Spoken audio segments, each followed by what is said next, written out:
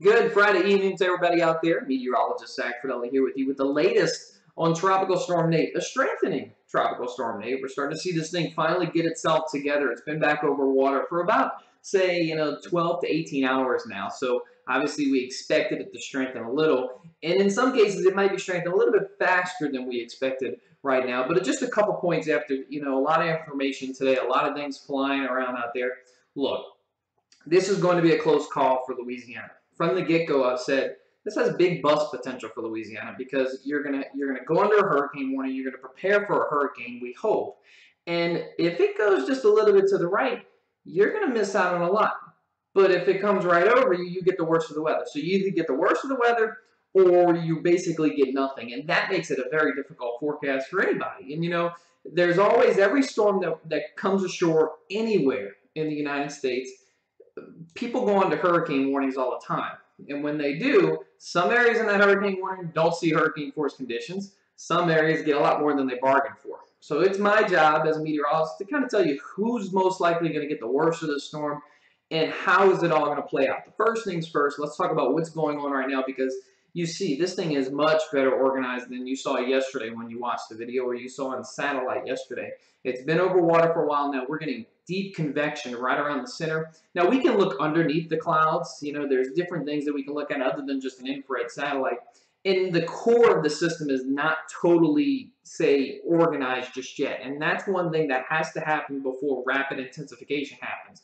Another thing, this thing is zipping. This thing is moving very fast off to the north-northwest, and that is not going to change. It's going to continue on that very fast motion until it makes landfall somewhere along the northern Gulf Coast. Let's get right into the details of the meteorology side of this. Remember yesterday I was talking about this upper level low right here? Look how far west it's gotten. It's moving into Mexico. The dry air, it's all gone. Okay, so this thing has a lot of moisture ahead of it, so that's not a problem. And then that upper low, remember, the wind shear is all right here now. The wind shear is all right here. The storm's not there anymore. The storm is over here. It's in a perfect upper level environment. You see how the winds are just blowing right around it. It's got good outflow. Everything points to, okay, this thing can strengthen up until landfall, other than that one thing that I just said.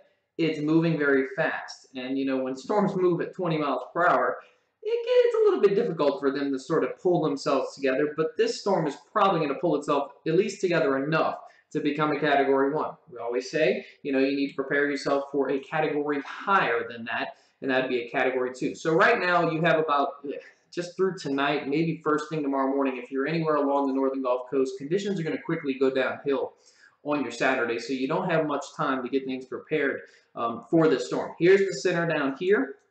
Okay, and this is the latest track from the National Hurricane Center. Winds are up to 60 miles per hour, moving to the north-northwest at 21 miles per hour, okay? And the track, focus on the cone, don't focus on the center point, and that has never been more true for the storm, because the way it is approaching southeastern Louisiana, well, if it comes right here, we have big problems. We have big problems, from, say, about Houma northward up I-55. If it takes that track just a little left, we're going to see hurricane force conditions through metropolitan New Orleans, through the mouth of the river, all across the coastline, even into portions of the North Shore.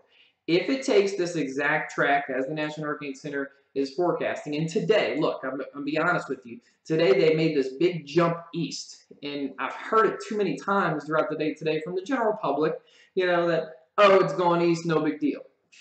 Yes, if it comes like this and it does that, it will be no big deal, other than our little friends in, southern Plaquemines Parish, and also our friends along the Mississippi and Alabama Gulf Coast. But if it stays on the right side of this cone, that is obviously not going to be a big deal for southeast Louisiana. There will be very little impacts, okay? If it goes to the left, which the European is on the left side, the European comes right across the city of New Orleans.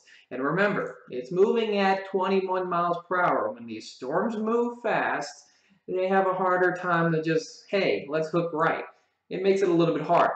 It's going to do it at that rate of speed, but it's also, not set in stone that, hey, maybe, just the wobble at the left at the last second. So say it does do that. If it does wobble this way, we're going to see serious impacts from, a hurricane. From Grand Isle westward, up north through the city of New Orleans, you're talking 70 to 80 miles per hour winds. Gusts could be a little bit higher than that. But if it does take this track that the National Hurricane Center is forecasting, hurricane force conditions will be confined to right along the coastline of St. Bernard and Plaquemines Parish, Mississippi Gulf Coast into the Alabama Gulf Coast. The city of New Orleans, with this track, specifically this track, would probably more likely see 50 miles per hour winds, maybe a few gusts up to 60. And the worst of the weather, the rain is just not going to be that bad if it follows this track off to the east. But if it does come a little bit more west, which I can't answer that, we're down to the nitty-gritty where if it follows that European track, it's going to be wobbles at this point, at this last point that kind of sends this right into southeast Louisiana, which it's still in the realm of possibilities of happening. That is just something we're going to have to watch closely. You can see the hurricane warning. You could tell where the hurricane warning is, where the National Hurricane Center is worried. And one thing I want to point out, it's not only just the wind and rain, okay? The rain is not going to be that bad with the storm because it's moving so fast. Remember, Katrina. This is not going to be a Katrina. Throw that out there right now. But it's taken a track similar to that. And when a storm takes this kind of track, it piles up the water in here ahead of it. And then when the storm gets right here, so to speak, the strongest winds are blowing right into the coastline. So it's just a funnel. You can almost see how the funnel works here. That pushes a lot of water. So we're talking about a serious storm surge potential along the Mississippi and Louisiana coastline, including Lake Pontchartrain. We're going to see some big water level rises in these locations. It's not going to be Katrina, but enough that we're going to see probably some inundation. And they're already closing the floodgates. If you're outside of the levee protection system on any east-facing shore in Louisiana, you probably want to get inside. There's been mandatory evacuations for most of these areas because there's going to be a big water level rise. It should not even come close to tempting the levee system, though. We're not talking about a Katrina type deal here. But the water level rises outside of those levees could be significant, and that's just something that plays out when a system approaches from this direction. The way the water comes in here, it's just a dramatic water level rise. And it also depends on how strong it is and how big the wind field is. Bigger storms, like a Katrina, has a bigger wind field. They push more water. Smaller storms, which this seems to be a little bit smaller in size at least, they don't push as much water. So a lot of things factor into that. But right now, we're warning this coastline right here that there could be some serious storm surge all across the hurricane warning area. You need to take this seriously. Like I mentioned many times, you're under a hurricane warning. Yeah, we always prepare for the worst, hope for the best, and if it follows that track just off to the, say, east of New Orleans, we're on the west side. It's the better side. Chances are we won't see any major problems if that was to happen, and I'm thinking along I-55 from Hammond northward and westward towards Baton Rouge, no big deal for you. This is not going to be a big deal for you. Even if it shifts a little bit more, probably still not going to be a big deal for you. Houma westward, not going to be a big deal for you. Basically, you will not see you'll barely see much rain, I think, in those locations. It's all about where the center goes, and we can't tell the wobbles that these things do.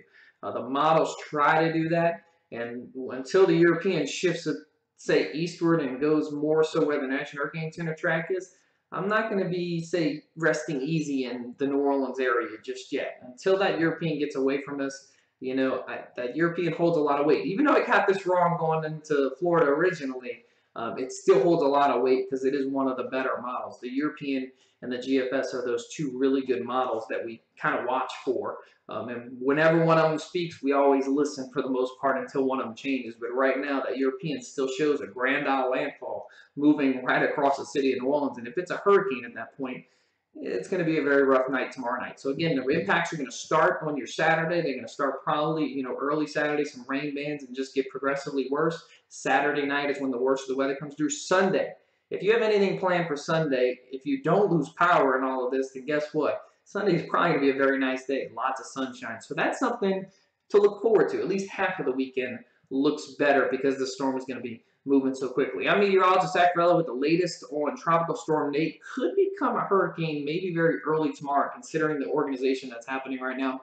And of course, I'll be tracking it all weekend long until we get this thing inland, and hopefully that is the end of hurricane season for the Gulf Coast, because it's been one whopper of a season, at least a very busy one. None of them been bad for us, at least in the New Orleans, Louisiana area. other than some places in Southwest Louisiana, but we're hoping this is the last storm we're talking about in these parts of the world. Again, everybody have a great night, and be safe as we head into your Saturday.